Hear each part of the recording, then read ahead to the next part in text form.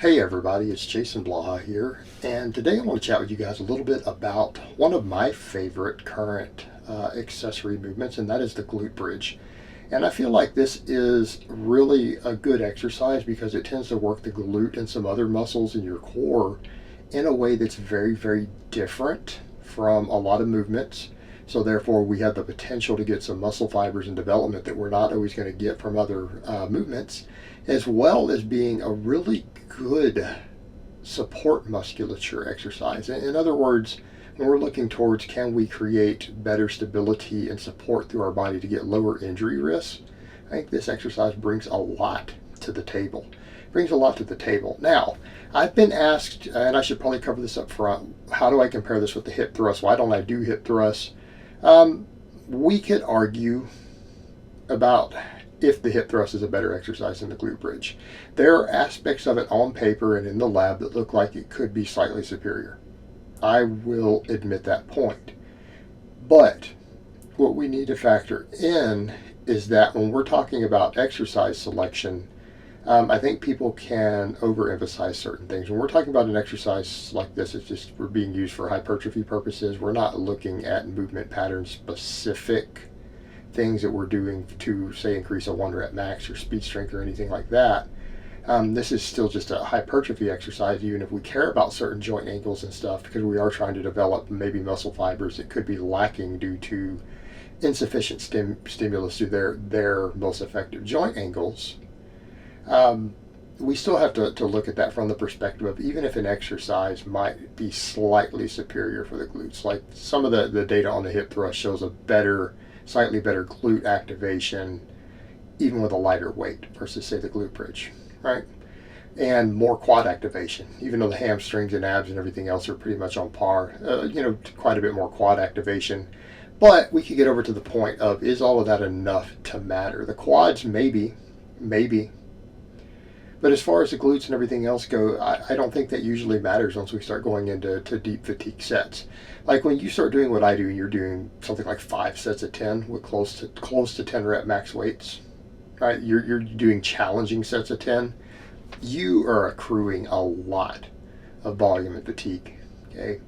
And when we start accruing volume and fatigue, an exercise that seems to have 10 or 15% more muscle activation in the research may not matter for practical purposes as far as actually putting muscle on you.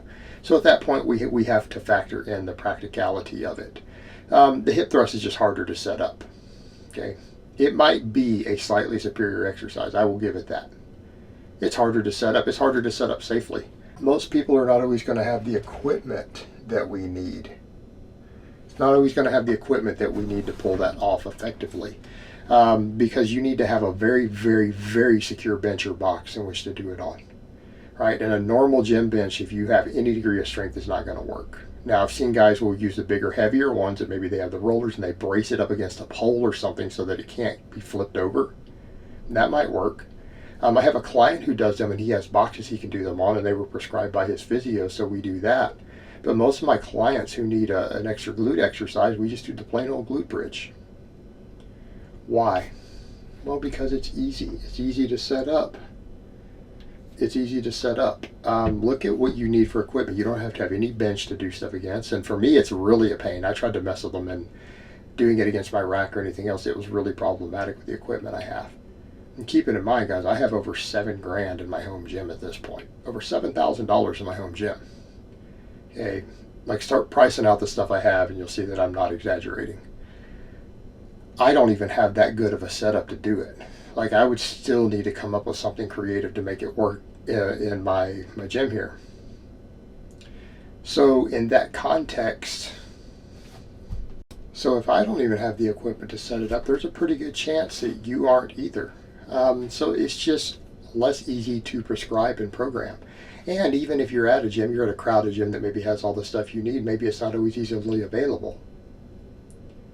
It's not always easily available to do it safely because you got to start dragging benches over to certain corners, or you have to use a special device, like what people like Brett Contreras sell. He has a device that costs like $500 and it takes up a good chunk of floor space. You better be really married to the hip thrust before you invest in that. And even if they buy it at a commercial gym, the clowns are going to break it. So it's not going to be guaranteed that you're always going to have it. So that's what we run into with it. We could argue about, is it practical or not? Whereas in the glute bridge is always practical.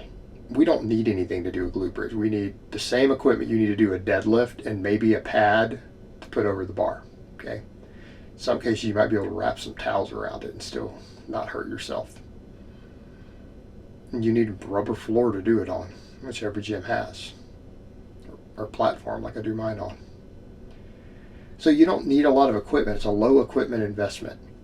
And then start looking at what it brings to the table. Okay, this exercise brings a lot to the table. So they're still a very similar movement. So why do this? Well, number one, it works the glutes in a way that we're not working them on a lot of other exercises. Now, we could argue, and I think this has been argued, that maybe that doesn't matter. And I'll be honest, that's one of the big criticisms I've seen some coaches throw against someone like Brett, the glute guy, who prescribes all these glute exercises and talks about all this glute activation. And we all agree it could carry over to performance, but he did tons of glute work for years, and then he gave a terrible performance at his first powerlifting meet. Like, he was really, really, really horrifically weak. And when I say weak, I don't mean anywhere near the level you guys see me lifting in my home gym. As a master's lifter weighing like 25 pounds less than he weighed in at that meet. So that was leveled at him of, well, maybe they're not that good. And I've heard that criticism. But I know a lot of really strong lifters and coaches who do this stuff. And Brett did get stronger later. So he did get a lot stronger. But I know early on that was definitely a criticism thrown at him, even for promoting all these glute exercises. Well, maybe the glute gains that you're getting don't carry over to anything. That was kind of the argument. Well, yeah, it might be growing your glutes, but clearly those glute muscles aren't contributing to your big lifts. You know, possibly a valid point in that case. But I think a lot of lifters do feel they do carry over. And let's get over to the point. Let's look at what it develops. I don't think anyone who is an athlete is ever going to say glute muscles are negative.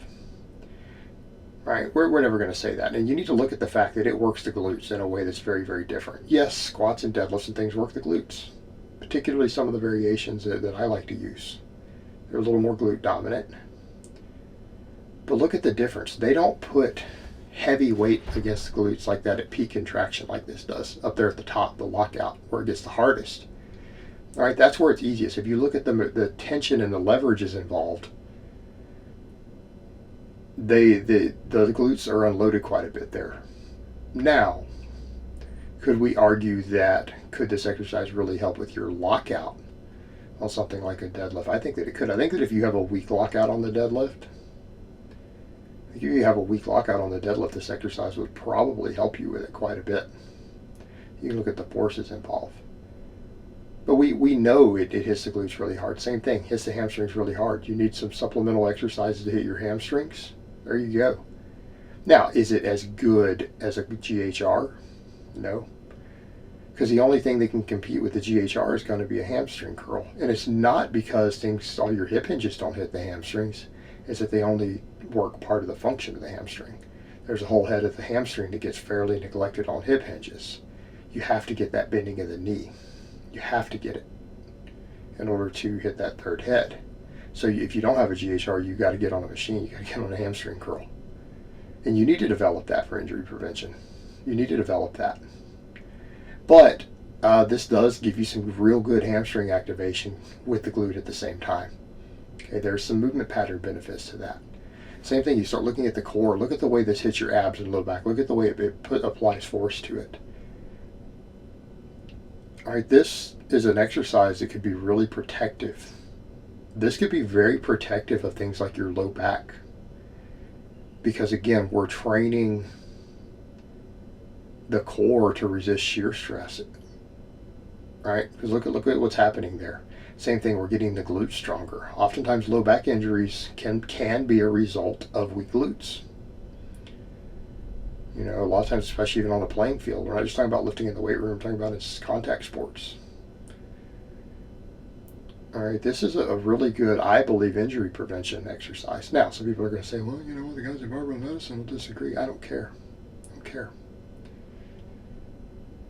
I'm always going to be interested in building support musculature. particularly when we're talking about support musculature that might possibly help protect your low back. Okay, I think that's a real good idea. And this fits the bill. So we've got a phenomenal glute exercise that's a really good ab exercise, that's a pretty good hamstring exercise that works these things in a way that may help build some support musculature to stave off injuries. All right, it's a good exercise, and you can load it really heavy, and it requires very, very minimal equipment and space. All right, that's a win. All right, guys, well, that's really all I have to say on that today. I hope it's been informative, and I will talk to you guys next time.